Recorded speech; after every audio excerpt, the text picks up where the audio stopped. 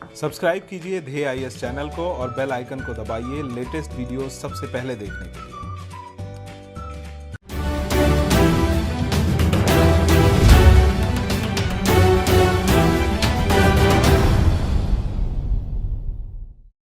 नमस्कार, इनफोकस कार्यक्रम में आप सभी का स्वागत है। इनफोकस कार्यक्रम में हमारा आज का विषय है प्रधानमंत्री किसान सम्मान निधि। आइए सबसे पहले जान लेते हैं यह विषय सुर्खियों में क्यों है।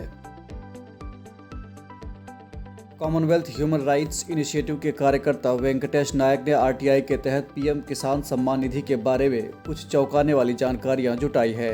इसके मुताबिक प्रधानमंत्री किसान सम्मान निधि के तहत किसानों को मिलने वाले रकम करीब 20.48 लाख अयोग्य लोगों ने हासिल कर ली है। इन अयोग्य लाभार्थियों की वजह से सरकारी खजाने को 1364 करोड़ रुपए का नुकसान हुआ है।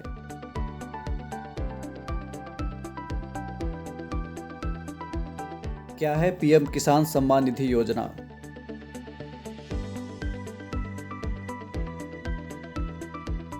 इस योजना की शुरुआत साल 2019 में केंद्र सरकार द्वारा की गई थी। इसके अंतर्गत छोटे और सीमांत किसानों को हर साल 6,000 रुपए दिए जाते हैं। ये रकम सीधे किसानों के खाते में जाते हैं। सीमांत किसानों के अंतर्गत वे किसान होते हैं जो अधिकतम 1 हेक्टेयर यानी 2.5 एकड़ तक जमीन पर खेती करते हैं, जबकि छोटे किसानों के अंतर्गत ऐसे किसान आते हैं जो 1 हेक्टेयर से 2 हेक्टेयर तक जमीन यानी 5 एकड़ तक जमीन पर खेती करते हैं। आयकर चुकाने वालों को इस स्कीम के दायरे से बाहर रखा गया है। साथ ही ऐसे रिटायर्ड लोग जिनकी पेंशन 10,000 रुपए या उससे ज्यादा है, उन्हें भी इस स्कीम का लाभ नहीं मिल सकता है। इस स्कीम के लिए सरकार ने हर साल 75,000 करोड़ रुपए खर्च करने का प्रावधान किया है। लाभार्थियों के रजिस्ट्रेशन का काम शुरुआत में केवल कृषि विभाग कर रहा था। हालांकि अब पीएम किसान सम्मान निधि से जुड़ने के लिए लेखपाल पात्रों के ब्यौरों को वेरीफाई करते हैं। इसके बाद ही पात्रों को लिस्ट तहसील से स्वीकृत होने के बाद इसे कृषि विभाग को भेजा जाता है।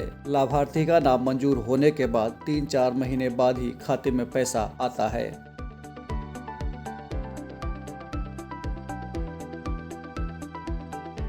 गड़बड़ी कहाँ हुई है?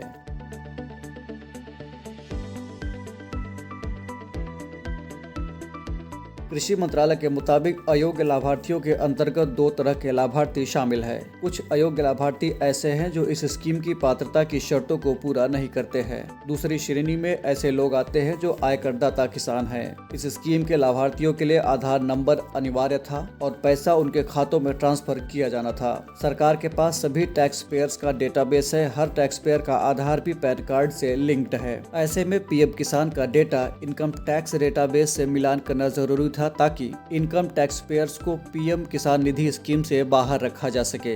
इसके बावजूद इतनी बड़ी संख्या में टैक्स पेयर किसान इसमें कैसे शामिल हो गए, यह एक बड़ा सवाल है। इन लाभार्थियों में 55% किसान ऐसे हैं जो टैक्स जमा करते हैं।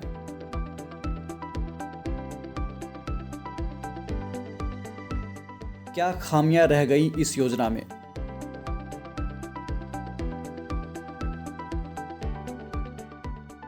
तमाम विशेषज्ञों का कहना है कि इस योजना को काफी जल्दबाजी में लॉन्च कर दिया गया।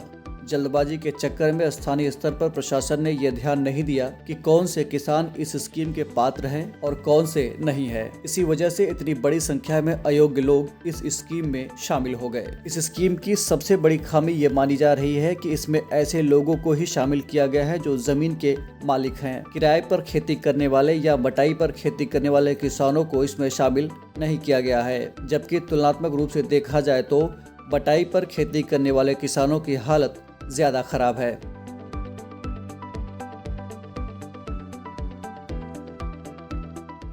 आगे क्या किया जाना चाहिए?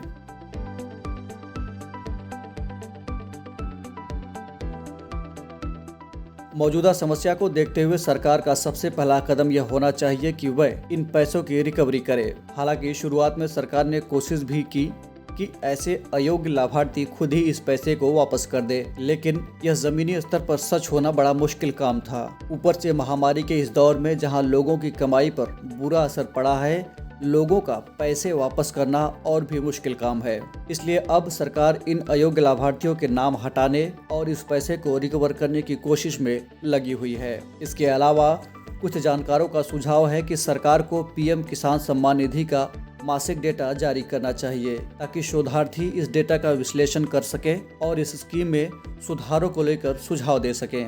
लाभार्थियों के वेरिफिकेशन प्रक्रिया को और भी दुरुस्त बनाने की जरूरत है।